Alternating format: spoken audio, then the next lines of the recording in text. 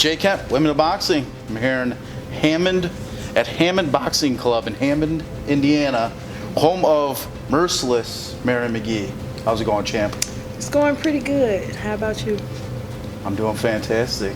Been here for a couple hours watching you work out. Everything looks to be progressing quite nicely. How's camp been going? Pretty good. I've been training for this fight for almost 3 months, and I feel strong. My weight is good. And that fight being?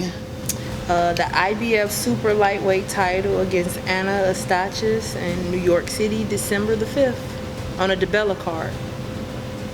Huge card. I know we're hoping it would be here locally, especially in your hometown, Gary, Indiana. That didn't happen, but how exciting is this one? It's real exciting because there was a time where we did have it scheduled here maybe 2 or 3 times, and things didn't go right or it fell through. So I'm excited that the fight is actually happening, and it's still in America, and then it's in the biggest city in America. So that's exciting. It'll be my first time in New York. It's a pretty big setup here. DeBella, New York, world title.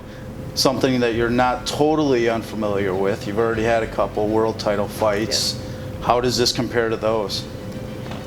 This is actually, compared to those, it's pretty huge. I really think this is the hugest because women boxing is in a different stage than it's ever been in before in the past.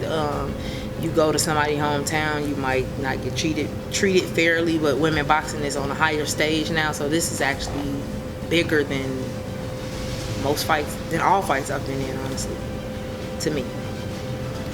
To you, but one of those big time fights was against Holly Holm. That was her last boxing event before she jumped ship, jumped over to MMA, ultimately made a big payday with UFC. Yeah. I mean, that says a lot that you were her last opponent in boxing, where she had such a miraculous career and was one of my votes for the International Boxing Hall of Fame induction, which now added women this time.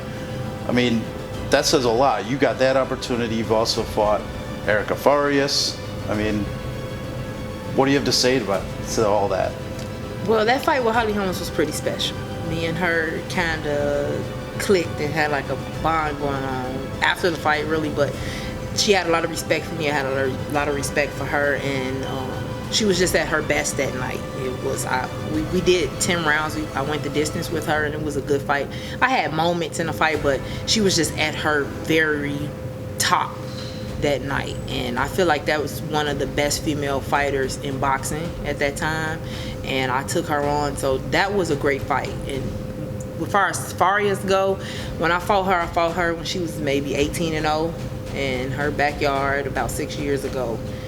And you know, going over to Argentina is more 90-10 if you're not from Argentina, if you know what I'm saying. So that fight was what it was, so I'll just say that. Well, she's still making her way around. She's still getting world title fights. What do you have to say about that? I mean, well, she's fought good people. She had a good resume behind her, and everything is deserving in its time. And I'm glad to see that she left out of her country to take some of those challenges on, because leaving from your comfort zone lets you know where you're at. Like, I've done it several times already in the past. Even with this fight, I'm not fighting in my backyard. I'm fighting in a place that's in my land but not in my backyard. So I've done it several times to take opportunities. So I feel it shows the worth of the fighter, or it shows the heart of the fighter when you do move around. So she has a big heart to do those type of things. Well, she was just fighting in your backyard again a couple months ago. She's been here twice in the last couple of years. Yeah. Is it the same Erica Farias? No. 6 years later, I feel like we all go through those stages. Like, I feel like back then I went through it, and I had to reevaluate when I fought Holly Holmes and I fought her. It was some things that needed to be changed and fine-tuned as far as my boxing went, and I took the time off. I took the time to work on those things, and I feel like I'm better. And maybe she's in that stage in her career where she needs to look back and reevaluate or change some things, or maybe some people, and get her career back on track. So. That could be it. I'm not taking anything away from her as far as a fighter, because she's a very tough fighter, don't get me wrong, but sometimes we had those stages where you're just stuck. Well, everybody goes through stages, everybody goes through changes. You've had some changes recently.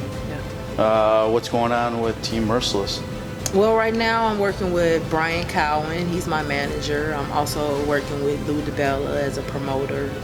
Those guys are the ones to make this fight happen. So right now we're going for the IBF title, which we're going to get. And after that, I'm going to sit down with them and talk to them about what they feel is next. I'm hoping that after I win this title, we can come back and do a home fight in front of my fans so they can see me with the world title. Finally, after all these years of boxing, I become a world champion. So, yeah. And who is the rest of Team Merciless? But Brian Cowan, Lou DiBella, Carlos Jones, Ralph Ruiz, the Hammond Boxing Club. Everybody in Hammond Boxing Club, you know, is a part of my team. So it's a pretty tight team. Yeah. What are the plans after you win this title? Well, after I win this title, like I said, I'm hoping that I could come back in the beginning of the year and fight here in Indiana, because I have a big following here, as you know, and I would like for them to see me as a world champion and to, you know, put on a show in front of them. But I want to take on the top in 140 weight class. This is my plan. We have Katie Taylor. We also have Jessica McCaskill, that are all title holders at 140. So I really like to be in the ring with all the top fighters that are out there. Those are my plans going into 2020. Well, grabbing a piece of the 4 main titles, 4 majors, that puts you in there. I mean, your name has already been brought up by one of their promoters. How'd that feel? Eddie Hearns, Mary something McGee, he said. How did it feel? I felt a little, it was funny because he said Mary something McGee. So I mean, he heard my name before. So my name has been mentioned out there. And like I've told people several times, women boxing is not a sea, it's a pond. It's not a big slew of us in the world. I'm one of the top female fighters for the simple fact I've been around for years. I'm an exciting fighter. I'm 25-3 with 13 knockouts.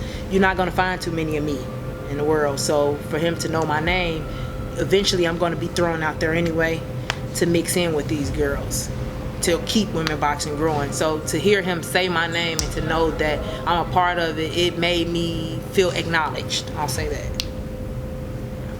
And really, he's probably the biggest promoter right now that's pushing the big fights. He's got one of the biggest names in the sport. He's lining it up in the 140 division. You've got a piece of the pie. That's awesome.